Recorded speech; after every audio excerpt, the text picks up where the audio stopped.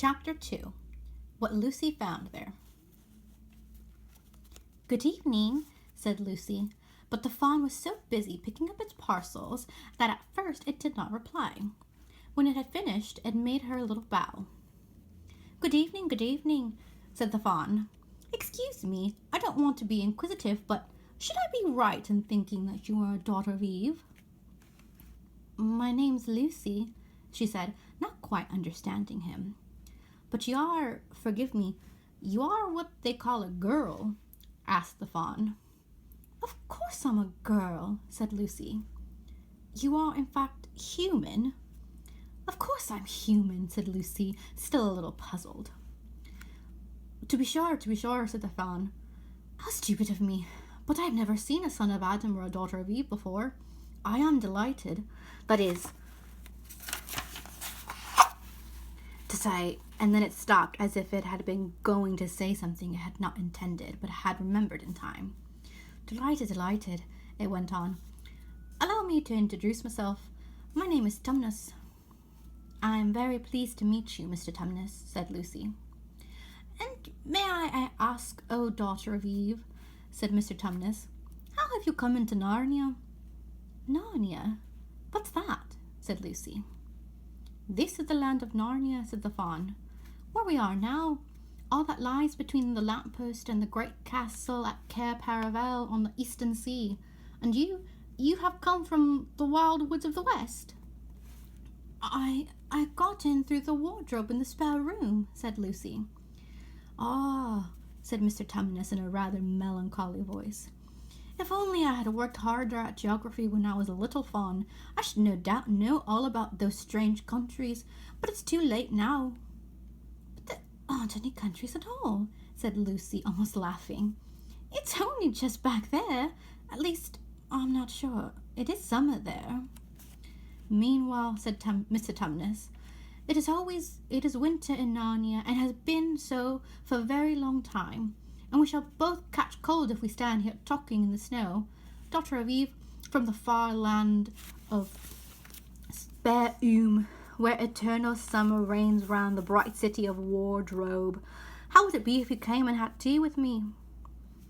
"Thank you very much, Mr. Tumnus," said Lucy, "but I was wondering whether I ought to be getting back." "It's only just round the corner," said the fawn, "and there'll be a roaring fire, and toast, and sardines, and cake." "Well, it's very kind of you," said Lucy, "but I shan't be able to stay long."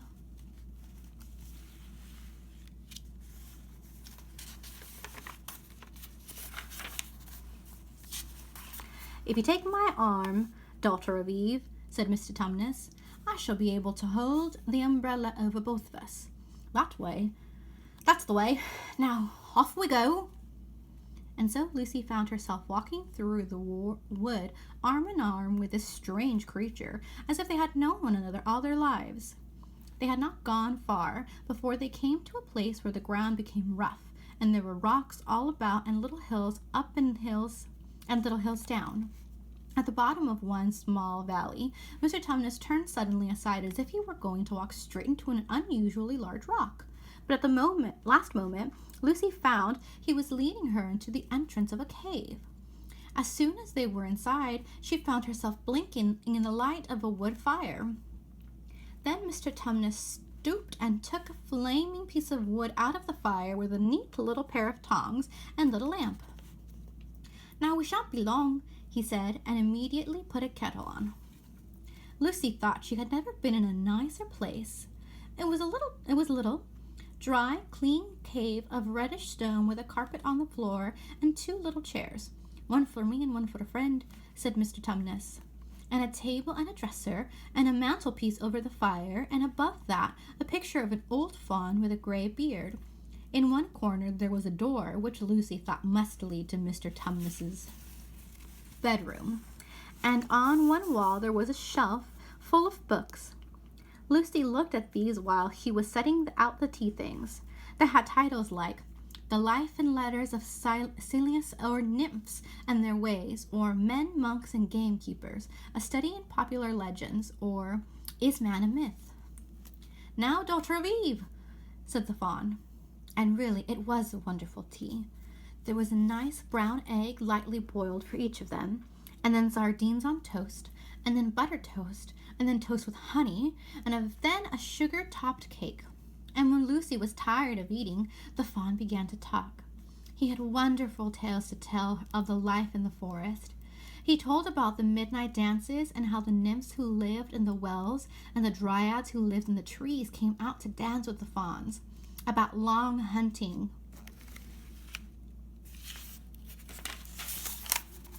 parties after the white milk stag, who could give you wishes if you caught him, about feasting and treasure-seeking with the wild red dwarfs in deep mines and caverns far beneath the forest floor, and then about summer, when the woods were green and old Cineas on his fat donkey would come to visit them, and sometimes Bacchus himself, and then the streams would run with wine instead of water, and the whole forest would give itself up to jollification for weeks on end. Not that isn't always winter now, he added gloomily. Then, to cheer himself up, he took out from his case on the dresser a strange little flute that looked as if it were made of straws and began to play. And the tune he played made Lucy want to cry and laugh and dance and go to sleep all at the same time. It must have been hours later when she shook herself and said, "Oh, Mr. Tumnus, I'm so very sorry to stop you. I do love that tune, but really, I must go." "Go home? I only meant to stay for a few minutes."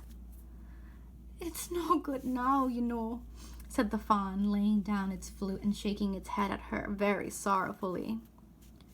"No good?" said Lucy, jumping up and feeling rather frightened. "What do you mean? I've got to go home at once.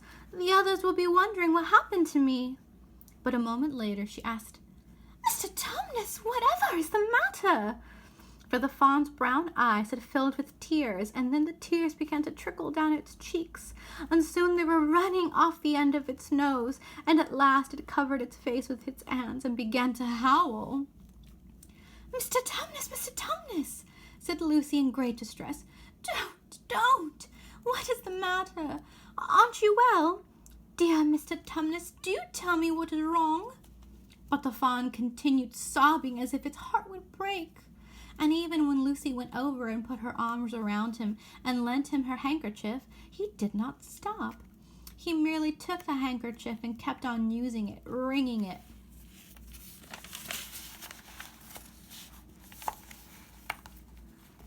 out with both hands whenever it got too wet to be of any more use, so that presently Lucy was standing in a damp patch.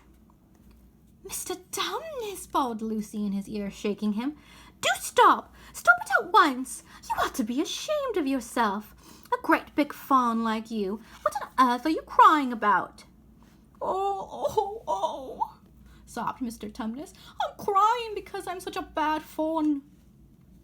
"I don't think you're a bad faun at all," said Lucy. "I think you're a very good faun. You're the nicest faun I've ever met." Oh, you wouldn't say that if you knew," replied Mr. Tumnus between his sobs. "No, I'm a bad faun. I don't suppose there ever was a worse faun since the beginning of the world." "But what have you done?" asked Lucy. "My old father now," said Mr. Tumnus. "That's his picture over the mantelpiece. He would never have done a thing like this." "A thing like what?" said Lucy. "Like what I've done," said the faun. "Taken service under the White Witch. That's what I am.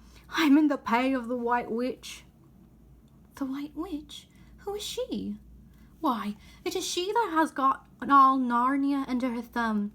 It's she that makes it always winter and never Christmas. Think of that." "How awful," said Lucy. "But what does she pay you for?" "That's the worst of it," said Mr. Tumnus with a deep groan. "I'm a kidnapper for her. That's what I am. Look at me, daughter of Eve.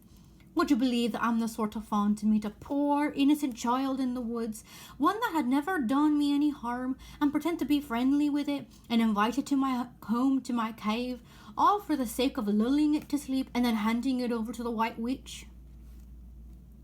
"No," said Lucy. I'm sure you wouldn't do anything of the sort. But I have, said the faun. Well, said Lucy rather slowly, for she wanted to be truthful and yet not too hard on him.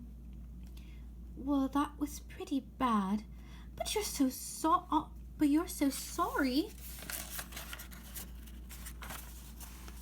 for it that I'm sure you will never do it again. Daughter of Eve, don't you understand? Said the faun. It isn't something that I have done. I'm doing it now, this very moment. What do you mean? Cried Lucy, turning very white. You're the child, said Mr. Tumnus. I had orders from the White Witch that if ever I saw a son of Adam or a daughter of Eve in the wood, I was to catch them and hand them over to her, and you were the first one I ever met. And I pretended to be your friend and ask you to tea, and all the time I've been meaning to wait till you were asleep and then go and tell her. Oh, but you won't, Mr. Tumnus, said Lucy. You won't, will you? Indeed, you really mustn't. And if I don't, he said, beginning to cry again, she's sure to find out, and she'll have my tail cut off and my horns sawn off and my beard plucked out, and she'll wave her hand over my beautiful cloven hooves and turn them into horrid solid hooves like a wretched horse's.